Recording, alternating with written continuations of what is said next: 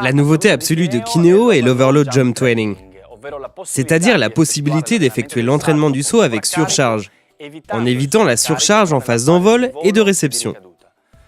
Cela nous permet de maximiser la phase concentrique, la phase de pouce, mais d'éviter les sollicitations en phase de réception, sollicitations qui normalement se répercutent sur le dos, les genoux, les articulations et les tendons.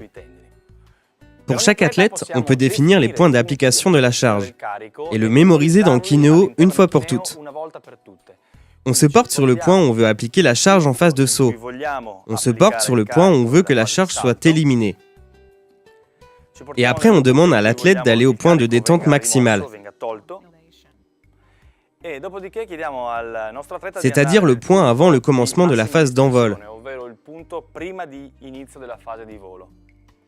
Nous sauvons nos données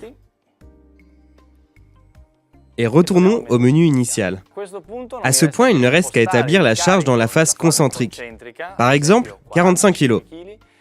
La phase excentrique est effectuée sans surcharge. On peut fixer le nombre de sauts, 3 séries et une récupération de 60 secondes entre les séries. Dans le menu avancé, on peut varier ces paramètres pour chaque série.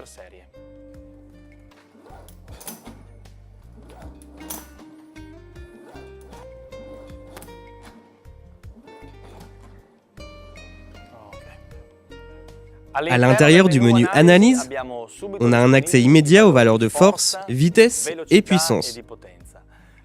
Comme on peut remarquer, les 2 dernières répétitions ont une valeur de puissance inférieure. Probablement, avec cette charge, le nombre idéal de répétitions pour cet athlète est 6. Évidemment, comme nous savons, chaque athlète a des caractéristiques musculaires et des objectifs différents. Il y a des athlètes qui ont besoin de développer la force, la puissance ou la force explosive. Mais comment est-ce que nous pouvons calibrer exactement la charge déterminée pour notre athlète? On peut utiliser un Jump Power Test. Voyons de quoi il s'agit.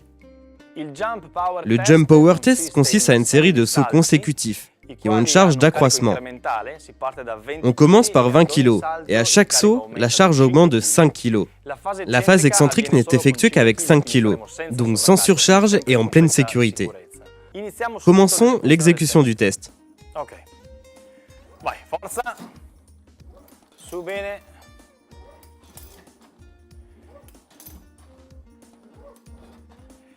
C'est un test maximal, donc la charge augmente toujours de 5 kg à chaque répétition jusqu'à l'épuisement. Comme on peut remarquer par l'analyse graphique, la vitesse diminue. Regardez l'histogramme en rouge. Tandis que la puissance augmente jusqu'à un certain point, jusqu'au moment où la charge devient excessive, on n'arrive pas à exprimer des valeurs de puissance importantes. Pour entraîner la puissance de cet athlète, on sélectionnera une charge de 45 kg. La charge qui a développé la puissance plus élevée, avec une bonne vitesse. Et on établira le feedback en puissance autour de 800 watts.